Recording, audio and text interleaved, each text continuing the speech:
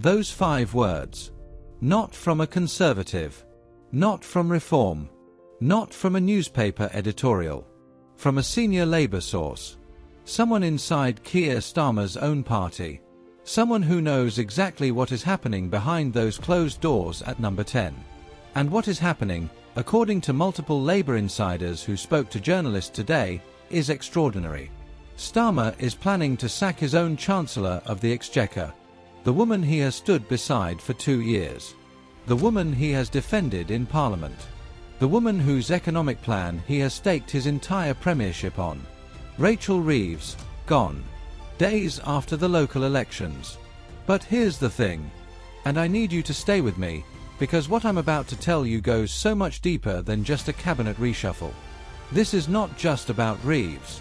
This is about a Prime Minister who has run out of options, who is making desperate moves that even his own allies are calling a last gamble, and whose government, according to a polling guru, is 6 days away from the most catastrophic electoral wipeout in modern Labour history. There is a lot to get through today, and some of what I'm going to reveal later in this video about what is being planned inside Labour right now is genuinely shocking. So stay with me. Let's start with the numbers. Because without understanding what is coming on May the 7th, 6 days from now, nothing else that happens this week makes any sense. Lord Hayward is one of Britain's most respected polling experts. He predicted the 2019 Conservative landslide. He called the 2024 Labour win. When he speaks, Westminster listens. And what he said this week sent shockwaves through the Labour Party. He is predicting that Labour will lose 75% of the council seats it is defending. Not 30%. Not 40%. 75%. In raw numbers, that is 1,850 councillors gone. In a single night. To put that in context, in the 2025 local elections, which were already terrible for Labour, they lost seats in 2 out of 3 wards they were defending. This year's prediction is worse. Much worse. In London, traditionally Labour's strongest city, the Greens are expected to surge.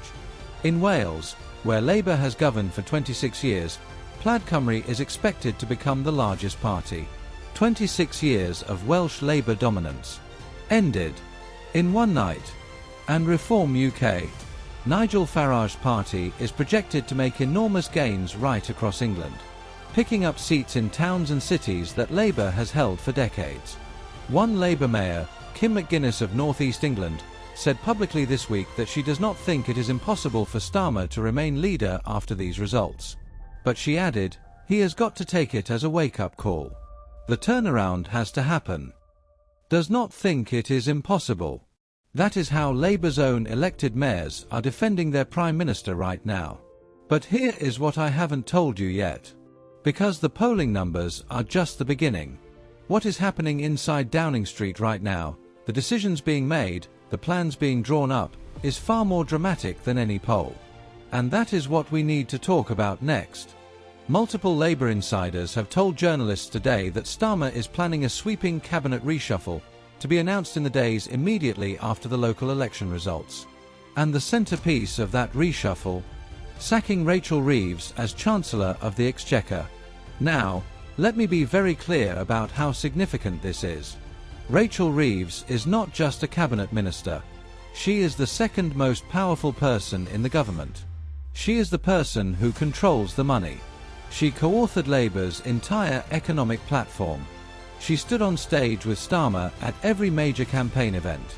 She was the face of Labour's credibility with business, with markets, with the international community. And Starmer, if these reports are correct, is going to push her out the door. Why? Because the economy is not working. Growth is weak. The welfare bill is out of control. The budget she delivered last October sent borrowing costs soaring. Businesses are cutting jobs because of her national insurance rises. And her poll ratings, already damaged, collapsed further when she was pictured at a Taylor Swift concert during a period of national economic crisis. One source, a Labour insider, remember, described the reshuffle plan as one final roll of the dice to re-establish Keir's authority. One final roll of the dice. That is how his own people describe it. The plan, according to insiders, is to move Yvette Cooper from Foreign Secretary to Chancellor. But here is where it immediately starts to fall apart. Labour's soft-left MPs, a significant chunk of the parliamentary party, want Ed Miliband to get the job. And if Miliband gets the Treasury, the right of the party will go into open revolt. There is no version of this reshuffle that unites the Labour Party. Every option creates a new enemy. Every move strengthens a different faction. But wait. Because what one senior Labour source said about all of this, the words they used to describe their own Prime Minister's plan, those words are what I really need you to hear. I'll get to that. But first, there is something even more important you need to know about the state of Starmer's cabinet right now. Here is what is really happening inside the Labour government right now. And this goes far beyond the Reeves question. Multiple sources, including from inside the cabinet itself, have confirmed that Starmer has lost the room. The people who sit around that table with him every week. The people who are supposed to be his team. His inner circle. They have not resigned. Not yet. But they are no longer fighting for him. They are fighting for themselves. Angela Rayner, the former Deputy Prime Minister who was forced out over the stamp duty scandal, is being openly described by her allies as ready to move. One ally told The Times this week, if the HMRC investigation into her comes back clean soon, she should be ready to go as soon as possible after the locals. That is not a coded message. That is a declaration of intent. Rayner is preparing to run. Publicly. While Starmer is still Prime Minister. Wes Streeting, the Health Secretary, is reportedly courting Labour MPs to build support for a leadership tilt. He consistently denies it. But as one Westminster veteran put it, in politics, when someone consistently denies something, they are doing it. Andy Burnham, the Mayor of Manchester, told Bloomberg this week that the politics Labour mayors have pioneered needs to go national. And then he added, we do need to reform Westminster. Reform Westminster. From a man who everyone knows wants to be in Westminster. That is not subtle. And here is the most chilling detail of all, the thing that tells you more than any poll or any reshuffle plan about where Keir Starmer really stands right now. One Labour MP told journalists this week that Starmer no longer has the power to reshape his frontbench team, let alone sack Reeves. Let me say that again. A Labour MP, one of Starmer's own, is saying publicly that the Prime Minister does not have the power to do what he is reportedly planning to do. A Prime Minister, without the power to run his own government. But here is the quote I promised you. The one that changes everything. And it is coming right now.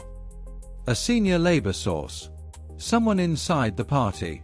Someone who knows what is happening. Said this, and I want you to read it slowly. This is the last gasp of a dying man.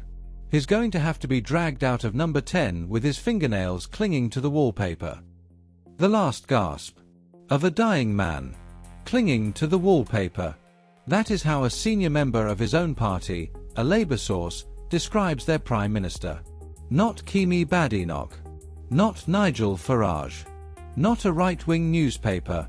One of his own. And you know what makes that quote so devastating? It is not angry. It is not triumphant.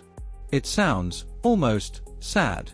Like someone watching a colleague they once respected, making decisions born not of strategy but of desperation. Grasping at anything that might buy another week. Because that is what the Reeves plan is. It is not a bold new direction for the government. It is not a visionary reset. It is a Prime Minister throwing his Chancellor under a bus, the same Chancellor he has defended publicly for 2 years, in the hope that the noise of a reshuffle drowns out the sound of the walls closing in. And here is the brutal truth that every Labour MP knows but almost none will say publicly. It won't work. Sacking Reeves does not fix the economy. It does not UN appoint Mandelson. It does not restore the trust of 83% of Labour members who think Starmer has failed. It does not win back the 1,850 councillors who are about to lose their seats. It is a gesture. A desperate, last-minute gesture. From a man who has run out of real moves. But there is one more thing. One more piece of this story that I haven't told you yet. And it might be the most important thing of all. Let's talk about what actually happens the morning after May the 7th. Because this is where the story gets really interesting. The results will come in through the night of May 7th. By the early hours of May 8th, the scale of Labour's losses will be clear. If Lord Hayward's prediction is right, and he is rarely wrong, Labour will have lost 1,850 councillors. 3/4 of everything they were defending. It will be the worst local election result for a governing party in modern British history. At that moment, the dam breaks. The MPs who have been quietly positioning will start to move publicly. The cabinet ministers who have been supportive will start to distance themselves. The local party members who have been keeping their heads down will start to speak. And here is the timeline that matters. Parliament returns from prorogation on May 13th for the King's Speech. That is Starmer's last opportunity to reset the political narrative, to announce a new programme, to look like a government with a plan. But if the reshuffle has already created chaos, if sacking Reeves has triggered a cabinet walkout, or a leadership challenge, or a parliamentary revolt, there will be no King's Speech reset. There will only be a crisis.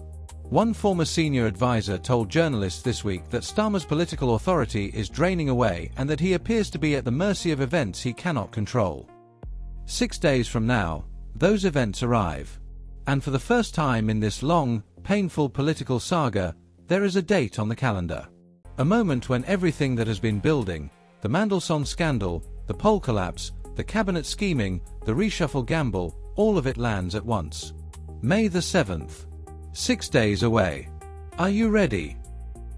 Here is my honest view, and I'm going to be direct with you. Keir Starmer has survived everything so far. The Mandelson scandal, the 3-line whip, the resignation calls, the poll collapse. He is still Prime Minister. But every politician has a breaking point. A moment when the weight of events becomes too heavy to carry. When the people around them stop protecting them and start protecting themselves. That moment, for Starmer, is coming. Whether it is May the 8th, or the King's Speech, or the summer. It is coming. And when it does, this channel will be here. First with the analysis. First with the breakdown. First with the story that everyone else misses. So subscribe now. Because what happens in the next 6 days is going to be unlike anything we have seen in British politics for years. And you do not want to miss it. Before you go, one question. Do you think Rachel Reeves survives the reshuffle? Yes, she stays. No, she's gone. Drop it in the comments.